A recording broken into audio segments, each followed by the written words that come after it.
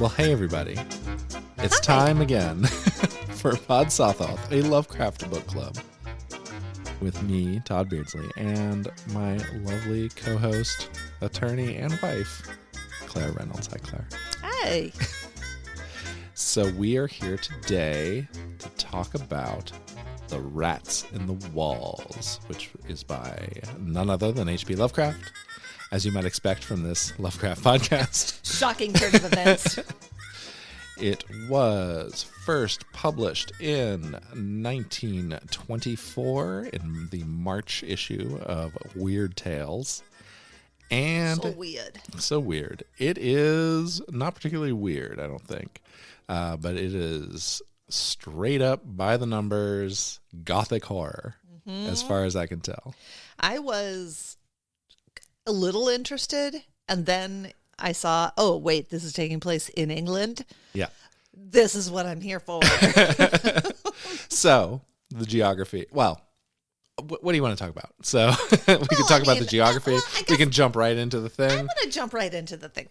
So, I loved this story. Yeah. It has, as I pointed out, one very problematic drawback, that distracting, I would even say, prevented me from enjoying the story more. Yeah. So, and in each paragraph, my eyes could not help but look ahead. And I was like, oh, God, no. Yeah, that is problematic. So, of course, we're dancing around, and we're not going to say the name of the cat. Oh, my God, no. So, the cat. There is a cat in this story. He has a very unfortunate, quite racist, possibly the most racist name possible. Don't worry, it's named after Lovecraft's actual cat, which is why when I read it, not that, Claire, you will ever listen to the podcast, but when I read it, I changed the name of the cat to the name of our cat, Mephistopheles. I don't think I ever called him Mephi, which you do. I think I used his full, proper, demonic, princely name of Mephistopheles throughout. And this is become a tradition, I believe, among people who read Lovecraft aloud. Do they use their own cat name? I don't know if they use their own cat name, but everybody changes the name of the cat now. Now, printed... I mean, obviously. Yeah. Printed versions seem to always keep the cat name, which I don't know why they need to do that. But don't worry, dear listener. I have a little JavaScript snippet. Nerd alert! That you can apply to any page that is that contains the text to The Rats in the Walls. I use hplovecraft.com/writings. Go to the show notes. You can see my JavaScript that automatically changes the name of the cat to my cat's name, and you can change it to your cat's name if you like. So it came up. I was really worried, right? So we were at London Lovecraft, the London Lovecraft Festival, back in February of 2023. Like a year ago. Yep. Jeez, crow. So we were there, and we saw one Jason Buck, storyteller. And Claire just gave me a face, and now she's doing a pantomime of Jason Buck. No, he was great. He was fucking great. Yeah. Like, he was super good. And he is every bit as much of a storyteller as anyone who would describe themselves as a storyteller would or ought to be. Yes. He was great. And he, on the bill at London Lovecraft, he read one or two, I think, Aleister Crowley stories, very short. Yeah. And then launched into Rats in the Walls. And as soon as he did, I'm like, oh God, what's he going to do? Is he going to say the name? Like, he's British. So I have no memory of this. Oh, I do. I think I must have been still very nervous about our thing. And so I don't remember this at all. What did he say? So, I mean, I would have remembered it if he said the N-word, obviously. Yeah. He didn't, and he didn't make any big deal out of it. He didn't say anything like, hey, I'm changing the name of the cat. Don't worry. Like, and kind of would have appreciated it because I was like on edge up until the moment the cat gets introduced when he did it.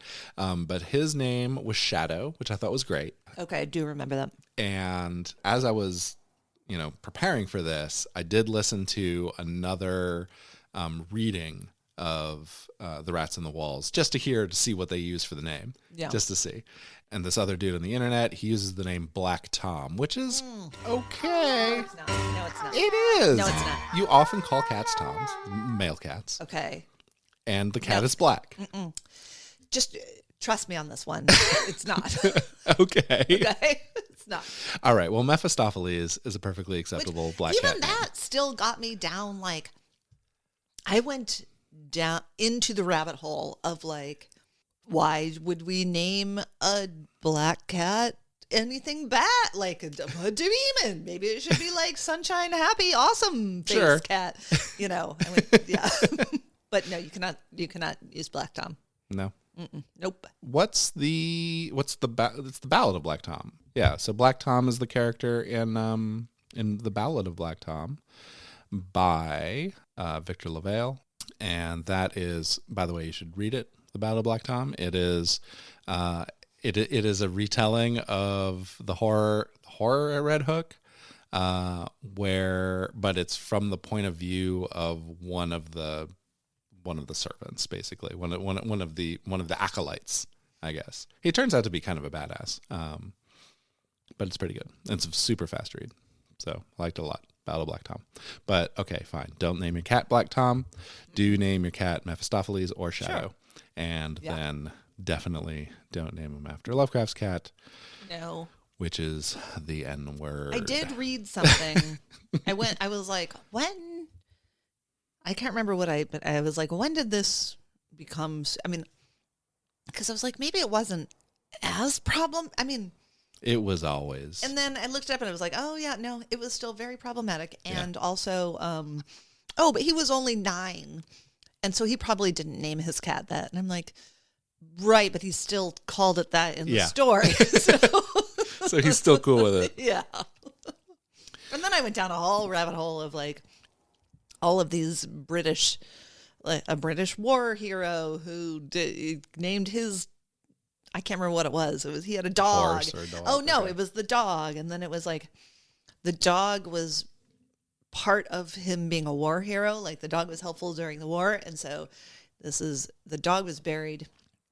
And then they decided to take the name off of the dog's headstone sometime like in the modern era. And everyone was like, ew, that's erasing history. And it's like, no, we're just, I feel like, you know what? The dog does not fucking care, right? Yeah. Just, we can still talk about all the great things the dog did. Right. We just don't have to. Just call him by, call him by another name. Whatever, Fido. Yeah. Does not matter. Rover. Doesn't matter. So, if the dog's name was Hitler, right, would removing the name Hitler from his grave be considered like erasing? Well, yes. You know what? Maybe. Never mind. Right. Never mind. We're coming at you from a time and place where riot on the Capitol is deemed just a. You would actually think it was a normal tourist visit. Stroll through. It was a tourist stroll. It was for selfies. No, it wasn't. It was an insurrection. Sorry, you're going to want to... Thanks, Colorado and Maine. That's fine. Yeah. No. Are you kidding? All right. People know our politics. Well, I know. No, I'm just saying. And hey, if you're a Nazi or a racist, please stop listening to our podcast. Also, fuck off. And fuck right off.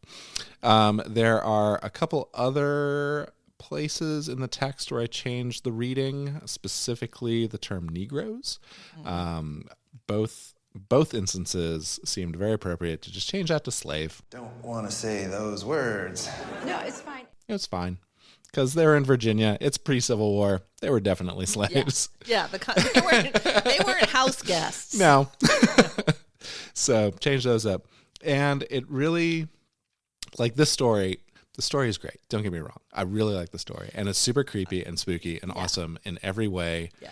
This bit is distracting, and this is the thing that really kind of pushes me over the edge of like, we should publish a collection of Lovecraft called Woke Lovecraft just to get people mad about it. Uh-huh. Oh, But all we have to do is like light edits. Oh yeah. On like keep the horror at Red Everything Hook. The whole story is like the horror of immigration and the horror of Red Hook, and it's terrible and awful and all that. But we can probably change like a gypsy here and there, right? To something a little more kind, I guess. Where especially when it doesn't interfere with the story. And that's the thing, right? Because I too went down a rabbit hole of like, okay, well, when can you, like, when you're dealing with historical texts like this podcast does, is it appropriate to change the text from the author to talk about the story. And what you always run into is Huckleberry Finn. Oh, wasn't the Sam Hill you were wearing? I thought I was supposed to be Twain. I say you are incorrect, sir. I believe we decided I would be Twain. Yes, And I was just thinking about that. And with Huckleberry Finn, you shouldn't change the text because because Mark Twain was himself anti-racist. He was an abolitionist type, and he uses the word specifically for irony. But in this story, it is not used for irony. Okay. Don't get me started. Okay. No. Let's do it. Changing that would not change If the you story change at all. If you make it less offensive to modern day ears. Yeah. I don't think so. You can change the name of the character. You could. I will totally grant that you can change the name of the character to Slave Jim, right? And it doesn't change anything, right? The story still holds together. Jim. Or just Jim. Well, but that's the thing. It's like there are certain instances in Huckleberry Finn where it is meant as irony and is meant to point out the ignorance of the character. And you're supposed to hate the character because he says that. Of which character? Of Huckleberry's aunt. Right. Yeah. And no, are you going to argue with it? I'm happy to argue with you about this. I'm just saying that there are plenty of ways to point out these things without using that particular word. Like, it is not necessary to it. I get that Mark Twain was not a bad person and was going for a whole different thing. I'm just saying that, like, if I were going to read this to, I don't know. I don't think that it's erasing history or even changing the intent of the author to not use that in modern terms. I think you're right. First off, the Rats on the Walls is not The Adventures of Huckleberry Finn. No, it's not. He was not trying to be like... It's a different level, he right? Was not trying to give a... He's not saying, oh... Shine a light on some kind of social exactly issue. not. I think maybe we agree to disagree. I think that if you're teaching Huckleberry Finn like in a public U.S. school, maybe you keep the word so you can talk about why it's important to never, ever, ever use that word. I'll tell you what I would do. I wouldn't, if I were a teacher, and God knows I'm not a teacher, and... you were spawned of a teacher, though. I am spawned of a teacher. So was I. My mom was a teacher, too.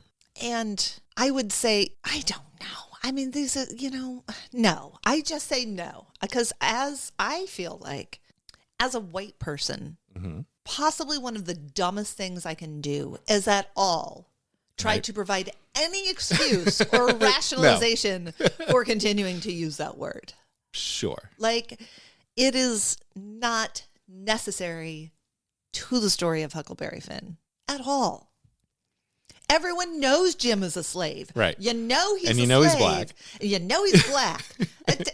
People can still be racist and awful without using that term. That's all I'm saying. Anyway, let's talk about this dumb horror story. Okay. But it was a really good horror story. It is a good horror story. But we're going to move on from it. We got to move on. Addressed it, and now let's talk about the substance of the story. Right, cool. So the story of the Rats in the Walls. I'm totally unprepared to recap the story. Really? Yeah. Okay. I just have a bunch of notes, but I'll do it. It's fine. Well, I can help. So the story follows a named narrator. I don't think we ever get his first name. No, we just get the last name. But he's either de la Poel or Delapore, if it's Americanized. And his name is Americanized when the story starts. And he comes into possession of Exham Priory. And how does he do this? Well, let me tell you. So he comes from a long, long line of folks, initially from England, possibly Ireland, but probably England. It's not actually super clear where he's from because all the place names are fake. His family comes from a village called Anchester, not to be confused with Manchester. Yeah, he's from Schmanchester. Yeah, he's from Schmanchester. The story starts at the end. It starts like near the end. The Exham Priory which is his family estate, Which is I've getting noticed- exploded. Lovecraft really, like, am I wrong in thinking that this is a common thing for Lovecraft to do, which takes away from the tension because Everybody gets plot armor, right? you Everyone know survives. He survives. Yeah. And yeah, it's pretty, like, he often gives away the story, like, in the title.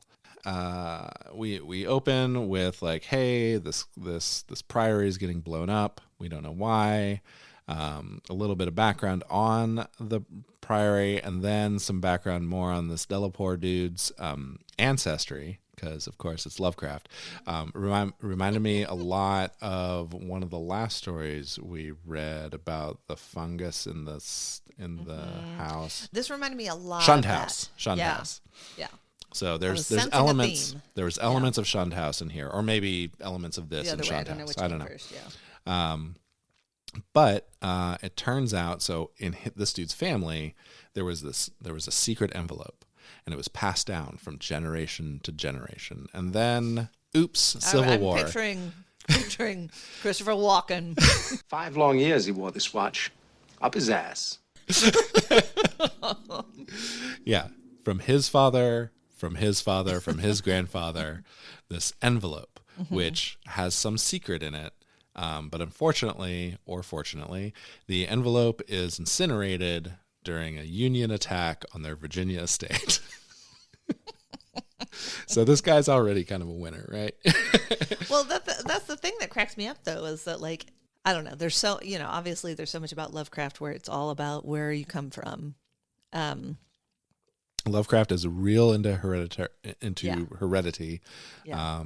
There's a few stories. I'm sorry, Todd. It's hereditation. Hereditination. Shunned House goes into a lot of ancestry. I'm trying to think of any other ones. Dreams in the Witch House, some do. But yeah, so he never gets the envelope. He doesn't know what the deal is. All he knows is that he has some ancestor who came to Virginia from across the Atlantic. Probably let's just say England. Yeah, I mean, I'm pretty sure it's in England. It might be Wales. It might be Ireland. Oh, I thought it was like maybe right on the border. It's right on. Yeah. It's not, yeah. I didn't It's think in it that was Ireland. neighborhood. It was right? Wales-ish. Yeah. Whatever that means. Wales adjacent. Yes. The best clue in the text is he talks about some legend about his family that is persistent along the Welsh border. Yeah. His father nor he ever knew about the hereditary envelope and what it contained, and so he just ended up moving to Massachusetts, became an industrialist, basically, made a bunch of money. And then he had a son, and his son, Alfred, went off to war over there, right? And he went off to war and made a friend named Captain Edward Norris, which is, I'm pronouncing Norris. I've heard either Norris or Norris. It's spelled with a Y, but I think it's pronounced Norris. Delapore the younger, Alfred Delapore, goes off to war. He serves as an airman, and then he comes back from the war, though wounded from the war, right? And so very badly, real messed up. And so the narrator, Delapore the Elder, is taking care of him for the next 2 years, and then he dies. and all of that The takes like kid one dies. paragraph. Yeah. It's like, also I had when this you tragedy. get to the end, you're like, oh, that really should have been explored in more depth, perhaps. I'm with you. Like my note to Lovecraft 100 years later. We're gonna send him pages. Build this up a little bit. Like, make us care a little more, because honestly, I think that if we go into this, because he kind of launches himself into this Ex and Prior restoration because he has nothing left. He's old. He's very old. He is an industrialist. He lost his son to the war. He's got no other family around, and he's like, fuck it, I'm just gonna go reconstruct this castle. And it becomes more gothic for sure. Yeah. If he's a little more pained about all of this, if we get that, and we could get that in 2 or 3 paragraphs, right? It's more of he tells, doesn't show. I mean, you could, and this is so dumb of me to critique. I couldn't write this. We're like 40 episodes in. We're fucking experts. Yeah, no, but I'm just saying that, like, I don't know. I mean, he could have. I would have preferred another paragraph about how much he loved his son and how much it pained him. Or even if he didn't, it was just like how awful it was. Yeah, this whole experience of caring for him for 2 years while he died was very disturbing. Yeah, for sure. Painful. Yeah. And I think of the character from Boardwalk Empire, right, with his face blown off. Oh, Richard something. Yeah, Richard is great in that. Loved him. It occurred to me, the basis of fiction is that people have some sort of connection with each other, but they don't. And that's what I want. I want that. Yeah. I want some of that emotional baggage. Yeah. Anyway, okay. Yeah. So the kid comes back from the war, dies, and Delapore the Elder goes overseas to meet up with this kid's friend, which is great. I love that. Mm-hmm. Captain Norris. And Captain Norris, turns out his uncle now owns Exham Priory and is happy to give it to him at a reasonable price. Can I even tell you, at this point, yeah, I was convinced that Norris was part of the cult. I thought, oh, yeah, he's part of the cult. And he's like, yeah, sure, we'll sell it to you at a cheap price. And then you've got a bunch of money. And then you can fix it up. Yeah. And then, because everything was like, yeah, Norris is in with him. And that's not how it happened. Turns out, I thought for sure that's going to be what happened. So he goes over there, and then he spends another 2 years or so rebuilding and restoring his ancestral estate. That is wonderful. So everything turns out to be great, and he spends the rest of his life in the castle. And thank you for coming to Pod Southpaw. Dun, dun, dun, dun, dun, dun. So one of the issues that he has is he gets back to his ancestral homeland, and as he's trying to do this, he notices that, like, the villagers are avoiding him. They all hate him a lot. Yeah. And then you find, okay, I mean, presumably whoever's listening to us is already, we can talk about spoilers, right? Oh, yeah. Okay. But they just listen to the reading of. Yeah, they just listen to the reading of it. That's what I'm saying. So you find out that the ancestor that went from England back over to Virginia was actually considered a hero amongst the village. Yeah, and it's buried a little bit in the text. I didn't notice it until, honestly, this time I read it. Yeah. Where there's a line in there about how, he murdered his whole family and the law was cool with that, and he left with honor and everything was fine. I'm thinking, why didn't he focus on that when he goes back? He goes back, and this guy has maybe unearned arrogance and confidence because he goes back and realizes the villagers are like, oh, you're descended from the guy that saved us all from this awful thing. And so he's like, hey, great. Good guys, come back in. I'm going to take this thing over. And then slowly the house starts to mentally eat him alive. And he's not a good guy anymore. Where's that story? Is exactly. that what you're asking? Yeah. All I could think about was if Guillermo del Toro had done this, that's what would have happened. Oh, okay. Yeah, I like that. Now, these villagers, they're villagers. They still just hate them. And they they're superstitious and hateful. As are all of because they're just... because it's a Lovecraft village. and then we get more stories about how evil and awful this family is. Up to and including kidnapping various local people but no specifics, right? It's just not real. There's one kind of stretch where a whole bunch of people go missing, in the distant past, in the 15th century or something. Yeah. And there was an interesting part in here, which I liked a lot, actually, where the lineage was descended more by character than by hereditary, which I liked a lot because it reminded me very much of a video game I like to play called Crusader Kings 3, and where in Crusader Kings 3, if you haven't played it, it's pretty awesome. It's a Paradox game. and you can have your family be involved in a witch cult, and you end up you have to recruit your own family members into it, and it's very closed to only some of your family are in it. And that's definitely a thing that you have to manage, is okay, well, how am I gonna cede all my land when I die to one of the other witches that's in my family? Yeah, that's what I was thinking about. This is okay, so Very say Crusader Kings. you're a matriarch or patriarch, and you have 3 children. Not one of them is gonna be. You're no, they do not have what it takes to be a part of this cult. Yeah, imagine what that might be like. Let's both of us imagine. I'm not part of a cult. I don't know. Okay. What you're talking Well, about. all right. Yeah. Maybe did my parents arrange this marriage? No. Yeah, and then you would have to seek out total assholes for your kids to marry. People who are comfortable with murder and sacrifice and cannibalism. And cannibalism. Yeah. There is. Let me take a moment here, because I do have some notes on a couple of these names here. These characters in Delaporte's past are compared to Marquis de Sade. Oh yeah. Who is probably the more familiar name. Yeah. Marquis de Sade. If you're not familiar, dear listener, Marquis de Sade is where we get the term sadism, or taking sexual pleasure from harming and torturing others.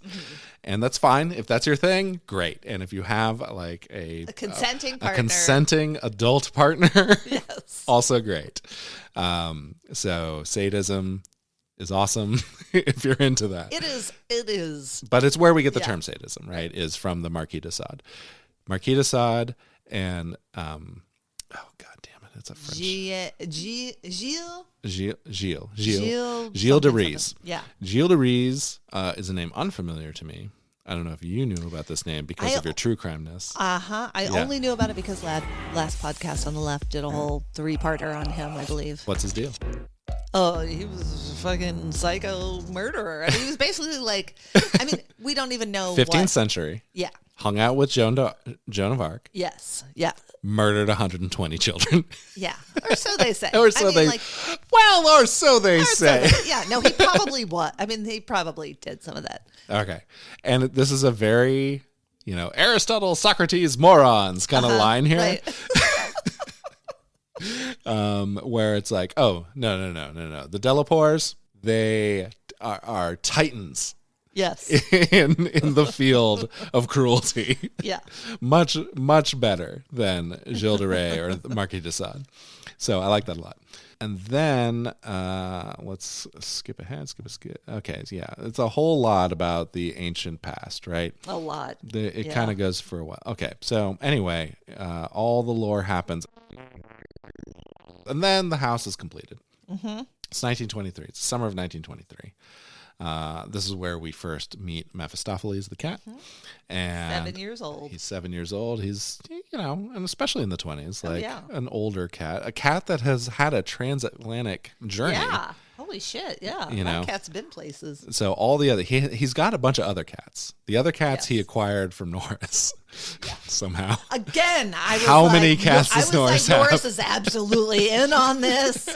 He's providing cats. He's providing everything that he could need. He's providing information, could be false information. He's yes. Yep. He was Norris is one of my most enthusiastic supporters. I'm yeah, that's because Norris is totally on board. Yeah.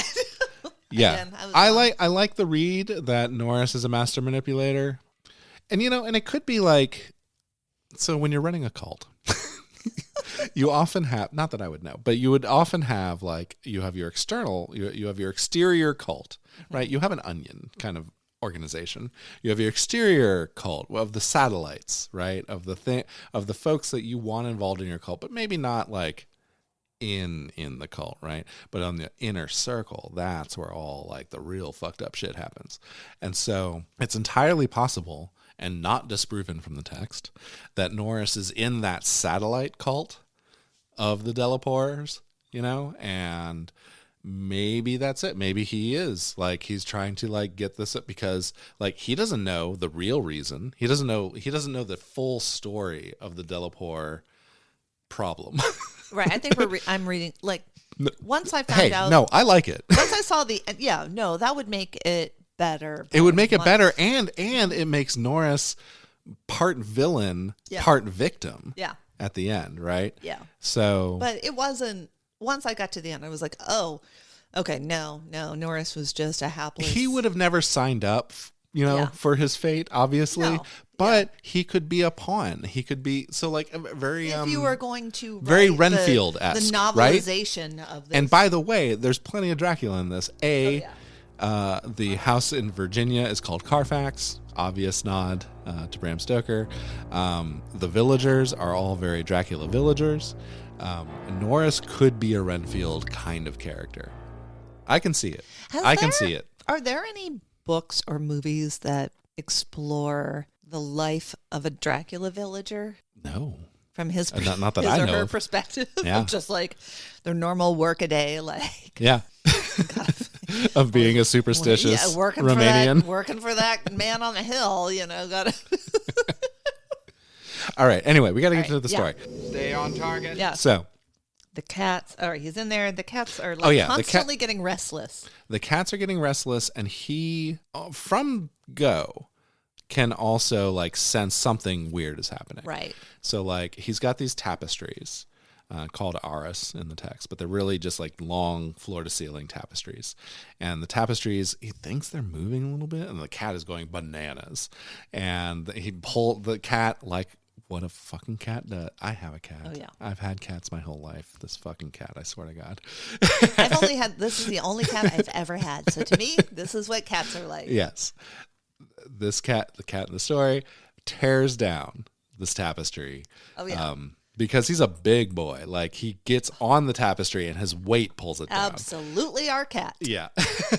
And so pulls it down, looking around in it, can't find anything.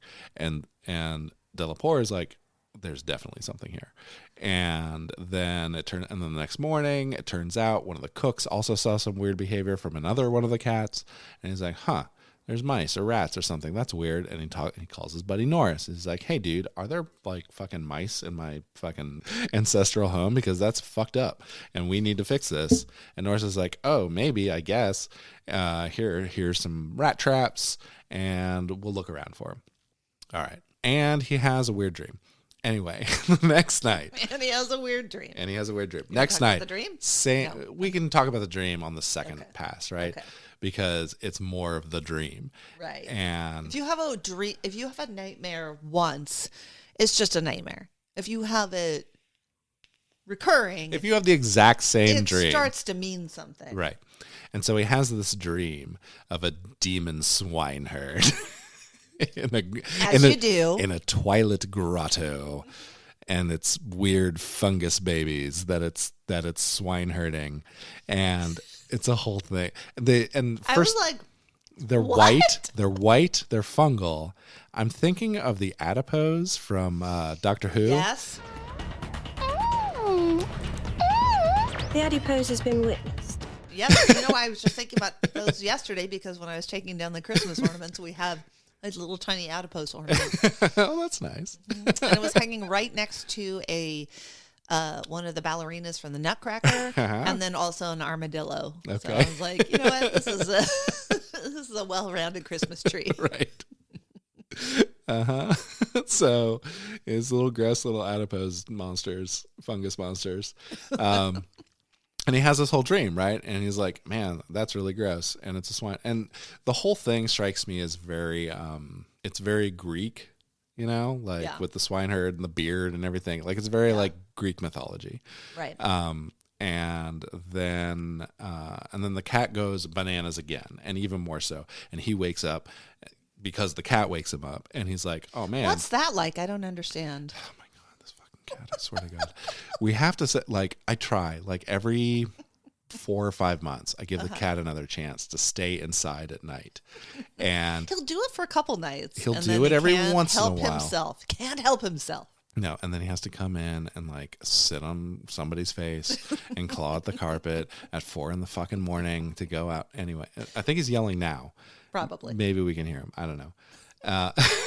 And yeah, he's a real jerk. He's like, the cat's the hero of the story. That's not the cat's voice. The cat's the hero of the story. That's the cat's voice. Yeah. Oh God, you guys, why haven't you figured this out I yet? have never had, like, I've had cats almost my entire life. Every one of my cats has been an indoor cat because I'm a, sensible person. This cat refuses. That just absolutely refuses to be an inside cat. But it's not like he's an adventurous. I mean, he literally just goes front yard, backyard, every once in a while across the street. Yeah. And then right back. And it's a miracle he's lived this long. Yeah. Or a curse. One or the other. Anyway. So the cat wakes him up, obviously, but loads of rats, right? Like, it's obvious now. There are rats. There are rats in the walls. It's the name of the story. Mm-hmm. And it's like, gonna happen. It's like, oh, dang, there's totally rats in the walls. And then he talks to all the servants again, and he talks to his friend, and they're like, what are you talking about? These are solid stone walls, bro. Yeah. There's no rats in the walls. It's ridiculous. This is built like in Roman times. It's fine. Later on, he thinks, oh, well, maybe like, water over 17 centuries might have like done some, tunneling in there. Maybe, I don't know. But this is the thing, right? Like, what's your call on these rats? Are these rats real, physical, not natural rats for sure, but are they physical rats or are they spectral rats? They're imagined in his mind rats. But the cats also see them. Right. Also. So they share a hallucination. That's the thing, right? Like, and this never occurred to me either. Like, last time I read this story many, many years ago, I always thought the rats were real. No, the rats are definitely not real. Okay. They're because nobody else except for the cats no one else and can the see narrator them. saw them. So Delaporte sees them. The cats definitely see them. And because the cats lose their shit through the rest of the story. And the rats haven't been there the whole time they were building this or anything. It's not like the rats just... So they're ghost rats that only a Delaporte can see, and also cats can see them because cats can see ghosts. Sure. How about that? Okay. All right. I think that... Why not? No, come on. No. I can't think of a better explanation. I mean, the whole thing... I thought, frankly, the whole thing could have done without the rats. The rats are the least important part of the story. It's in the title. I know it's in the title, but like I mean, perhaps I missed something. But so it should just be called The Walls. Is what it could be called, says? Like The Bones in the Basement or something. The Bones in the Basement was pretty good. All right, so the rats go bananas again, and he's like, "Hey, man." I guess the rats are what lure him down there. That's the thing. Yeah. It's like. The rats are like, no, we're going down, going down. The cats could have just done that. The cats could have been pawing at the door, and he was like, "What's down there?" I'm kind of with you at this point that the rats are kind of a needless MacGuffin. In The Rats in the Walls. You heard it here first, folks. Could do with fewer rats, complains Todd Beardsley of Podsaw. And Claire Reynolds, of course, because she brought it up. So he has the dream again. He tells Norris. Norris is like, "Yeah, dude, you probably have ghost rats," and like Norris was like on board again, underlining the culty bit of him. It's like, no, you should follow these ghost rats that nobody can see, but I believe you because I'm your pal and I know your son and all that. And so then they're like, okay, how about this? Let's go into London. We're going to get some fucking experts, and we're going to deal with this. And we're going to have a recruitment montage. Right. We're going to have a whole recruitment montage. Unlike Rebel Moon, where recruitment montage is the movie. The whole movie. But in this, it's just a couple paragraphs at most. Which is what it should be. Which is what it should be. So they get Sir Walter, what's his name, and a bunch of other people, one of whom is a psychic investigator, which I like a lot. Yeah. He's the mystic class. And so they get a seeker, a mystic, a guardian, and then a couple other guys. And they're like, cool, let's do this. And so they go down. Oh, that's right. And Norris and Delaporte go down to the sub-basement. They find the altar. It's got some weird brown stains. I wonder what those could be. Oh. And then they couldn't move the altar, even though they found... Because they failed their strength check. Failed the strength check, but they did find the clue. Right. of the breeze coming from under it, right? Yeah. And so then they go to London, they get all the guys, and they come down. And then Sir Walter, passes his investigation check and figures out how to lean this altar back because there's like a hidden counterweight, which I liked a lot. Like, yes, I like that too. Someone had somebody ancient architecture here had built this in such a way very similar to an Indiana Jones adventure. Yeah, Indiana Jones or I or was a Lara thinking a lot of Croft. like National Treasure, which obviously is a take on Indiana Jones, which you haven't seen National I have Treasure. never seen National Treasure I'm gonna steal the Declaration of Independence. in my entire You should go watch it. You would human enjoy life. It. You would enjoy it. Oh, I'm sorry. What? What do Anyway, you mean by that, Todd? nothing. I don't mean it. I mean my life, my earthling life. So they tilt back the altar and bum, ba, ba, ba, it's another staircase, but it's a staircase littered with bones, and some of the bones are like proto people. They're not, and also older than Piltdown Man. Second mention of Piltdown Man in Lovecraft. I'll have you know. We first encountered Piltdown Man back in Dagon. Go listen to that episode for a much longer discussion of Piltdown Man. But Piltdown Man was a hoax and was contrived to try to put Europeans, at some interesting point in evolution. It's kind of racist. Anyway, so go Lovecraft, you got it. And so there's a whole bunch of bones spanning human evolution. This thing has been going on since prehistory. Which I feel, I'm sorry, but like they're just glancing at obviously. There's like two archaeologists here. One dude is like actually checking the bones. Number one thing is like, nobody move. This is how you archaeology. It's the 20s. Is It's like, Indiana Jones archaeology. You're absolutely right. You're right. But I was just like, wait a minute. How are It's you the guessing confidence all of this? white You're men. going, like down to, yeah, you're right. They're just like, oh, that's what this is. It's entire generations of humans. And their if this had evolutionary- taken place in the late 20th to early 21st century, obviously you are definitely stopping and you're calling the National Geographic Society. You're putting a cordon around everything. You're not touching nothing, and nobody gets eaten. Right? Yeah. This is the folly of amateur archaeology. People constantly getting eaten. As we saw in the Nameless City, same thing. Yeah. So, The Mummy. Yeah. They get eaten by beetles. So they go down, they look at all these bones. It's crazy. All the bones are, by the way, gnawed by rats and other things. And then they get to the Twilight Grotto of Dream. It sounds so nice. It does. Yeah. And it's natural light. It's not like it's not like some ephemeral light or bioluminescence or anything like that. It's natural light coming from cracks in the cave, and it's sounds nice. But it's freaking enormous, right? It's super huge and big enough to contain a low-domed Roman ruin, a sprawling Saxon pile, and an early English edifice of wood. So there's like all these little towns in this enormous underground grotto, which I love. I love that. I thought that was great it's too. kind of hollow earthy, but okay. Yeah. And right. and so the anthropologist is looking around at skulls, like totally missing the point here. Oh my god! Yeah, he's like, what? And then things kind of start going real south. They find a bunch of pits with remains in them. Everything's gnawed by rats, and they kind of piece it together that so there was some society, there was some culture down here forever until the 17th century, when for whatever reason they ran out of food.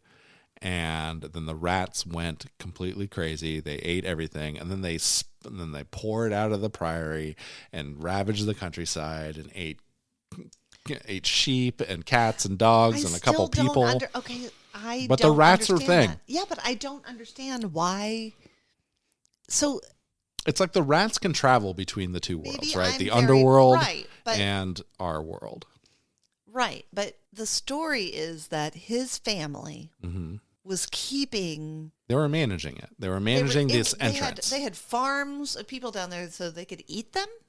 They had farms for the tough vegetable, or whatever they called them. The rough vegetables that yes. fed the quadrupeds, Right. Whatever the livestock is down there.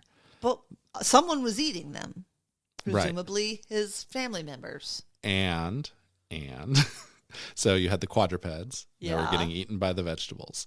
And then Wait, the vegetables were eating the. no, what no, does no. that even I'm mean? sorry. No, Okay. let me back up.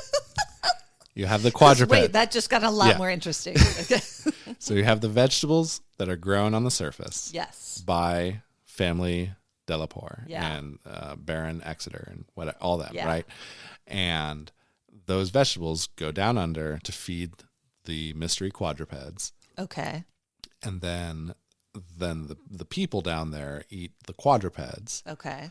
and then every once in a while, I guess there's cannibalism. I don't know, like I guess I thought that the deal was his family for centuries had been, I guess it would have to be more than centuries, because if you're talking about millennia, Yeah. had been keeping farms of people down there to eat them for. Okay, here, so the site has been active since like Stonehenge times, right? The Right. Druids and the Yeah. Celts, Yeah. and all those ancient people Yeah. had been managing the site. His family doesn't show up until the 1400s. Okay. And that's the point, because it's in the story where before the 1400s, there's no mention of the Delaportes of being evil. They become evil when they get this barony. But what are they doing? I don't know, being evil. There's Magna Mater. There's there's a bunch of culty shit going on, right? Yeah. And there's some goddess involved. Sibylle is they're involved. just part of a cult that. But here's my They're part of a question, cult does that what? manages this portal to the underworld. Okay. That's it. That's the underworld. So it wasn't like okay. I don't think it's like the Hadean underworld of Greek mythology, but it is an underworld. Okay, so I'm on the Wikipedia, which, as we all know, is the end-all, be-all. It says, Delaporte learns that his family maintained an underground city for centuries where they raised generations of human cattle. Some regressed to a quadrupedal state Oh, okay. to There you go. supply their taste for human flesh. There's no site for this, though. Just Okay. because Wikipedia says it doesn't All mean right. it's Well, true. that's one interpretation. I think they were just minding their own business. But what were they? Who was for what? Why were they keeping these people down doesn't there? matter. Who was he doing that? Okay, you're right. Doesn't matter. There was an underground culture that the Delaportes were keeping fed with rough vegetables. That's all we need to know. It's rough. What is a rough vegetable? Like Cabbage. turnips? Yeah, Yeah. mostly Cabbage. turnips and cabbage. Cabbages. They asked for iceberg lettuce, but they got cabbage. I cannot convince the shoppers, and I love HEB. Oh my God, yeah. You know, like here in Texas, Yeah. we have a kind of cult relationship with our local grocery store called HEB, and that's all it's called. It's not short for anything. Yeah, it is. Yes, it's short for Howard E. Butts. yeah, but we don't. his name? We don't Right. expand it. Right. It's just 'cause called silly. HEB. Yeah. But just the store is called HEB. Like it's KFC. It's no longer expanded Right. to Kentucky Fried Chicken. Yep. It's just HEB. And anyway, we have this culty relationship with them because they're a better civic authority than often the Texas government. Right. But boy oh boy, like we do the curbside shopping, and they do not know the difference between cabbage and iceberg lettuce. I'll probably cut that whole part out, but Probably because we don't want them to. I don't want Big Grocery to come down on Right. me. And we're quite sure that everybody in our neighborhood HEB is listening to this. We don't want I put stickers nearby the HEB, like a lot of them. Yeah. So they probably know. Moral of the story is Yes. Go on. the Delaportes have been maintaining this portal to the underworld for hundreds of years, and now it's been reopened. But while they're down there, it's just so fucking batshit crazy that everybody goes insane. Most notably, Delaporte himself, Right. where he himself rather instantaneously regresses to I'll wait till you're done. I think Claire has regressed to a point of cannibalism. She's eating during the podcast. Bread is really good. All right. Delaporte himself turns, and it turns out he feasts on Norris himself, that flabby motherfucker. Uh-huh. Oh, God. I know. I was like, what? Wait, what? Yep. And yeah. he gets, hours later, he gets recovered, and now he's in a sanitarium, presumably. Yeah. But that was the thing. It was like during the feasting, he says something, so he loses his mind, and he's like, He does. I don't know if I skipped ahead on what No. about. Yeah, no, and he says, right there. He's like, something about like, why did you live but not my son? Right. That kind of a thing. See, and that's the thing. It's like, it's a callback to an emotional setup that never got set up. Right. Exactly. You know?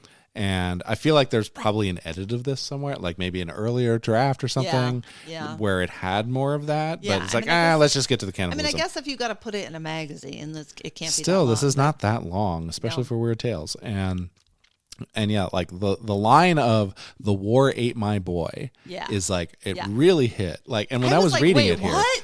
I'm like, wait, this is the first time you've mentioned that this would even bother you. Yep. But when I was reading through this, and apologies, listener, because I get a little high on the volume during this part. But yeah, when I was reading this, I was like, I literally got chills, and it was like it was very good. Like it was very emotional for me. So I really liked it a lot.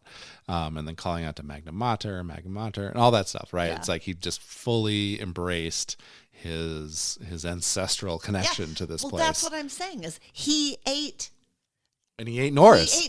So his people were the eaters. I mean, yes. Because otherwise, why would he do that? There's cannibalism all around, right? Like that's the whole thing. And so, and it's very, it makes the narrator into the villain, because of, and it's like kind of a hubris sort of story. Yeah. It's not. The story often gets compared to Fall of the House of Usher, which I don't see. Like I get, Poe and Lovecraft's clearly aware of Poe, and he talks, he kind of models things after Poe every once in a while, and I can see like how this starts as like, oh well, what if it was Fall of House of Usher except he turns into a cannibal at the end, and I like that as like a jumping off point. I don't see a ton of connection between this and the Fall of the House of Usher. I've just reading around on the internet, the name Delaporte, like it has the string Poe in it, Poer. I hadn't thought about that. So maybe that's a thing. I don't know. Anyway, he eats Norris because Norris is Renfield. I'm now convinced through this conversation.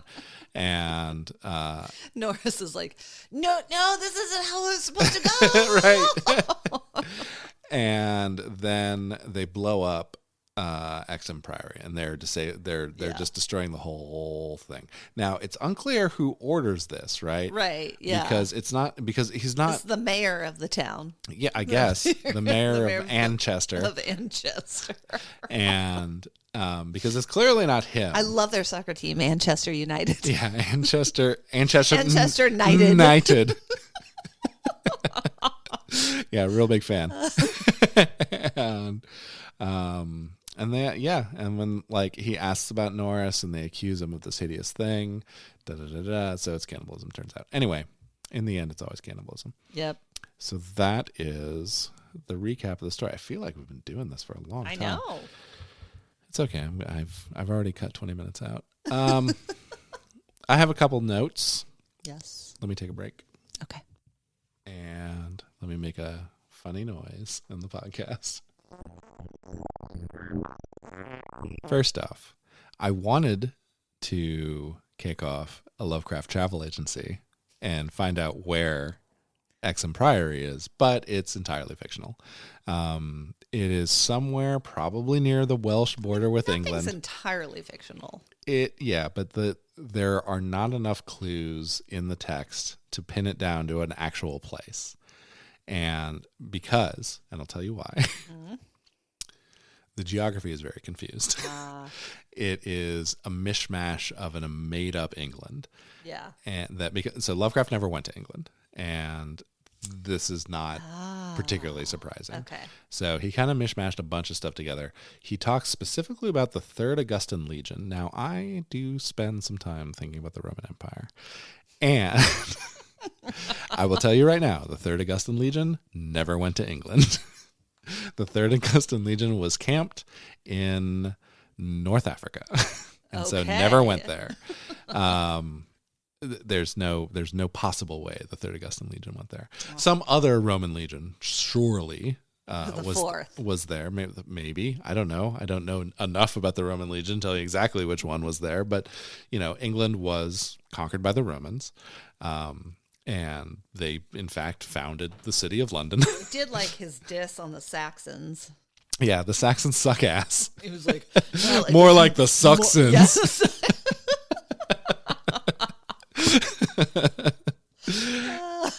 And now, because the whole region was under Roman influence, Sibylle worship would have definitely been going on in anywhere in England at the time.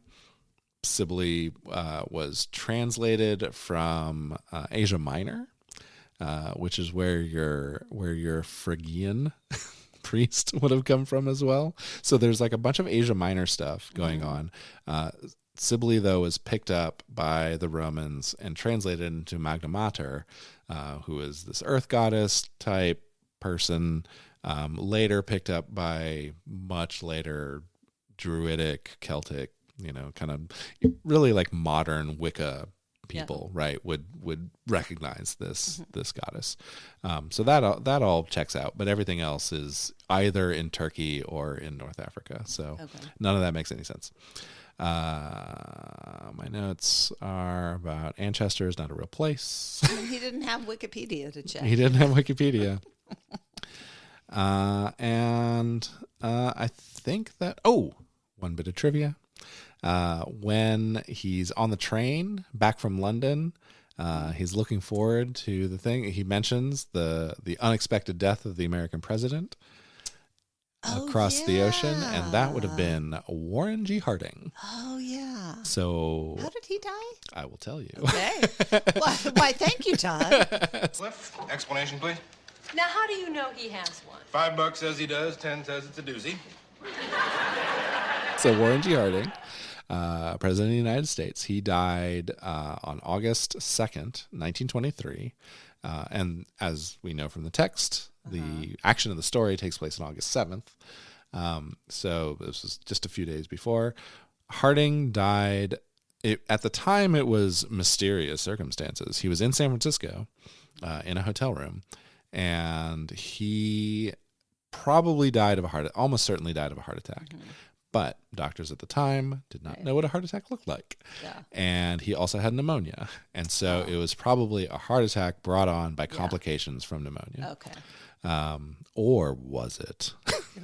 It probably was. It probably was. But like, I can definitely see, hey, Call of Cthulhu players out there. Oh, yeah.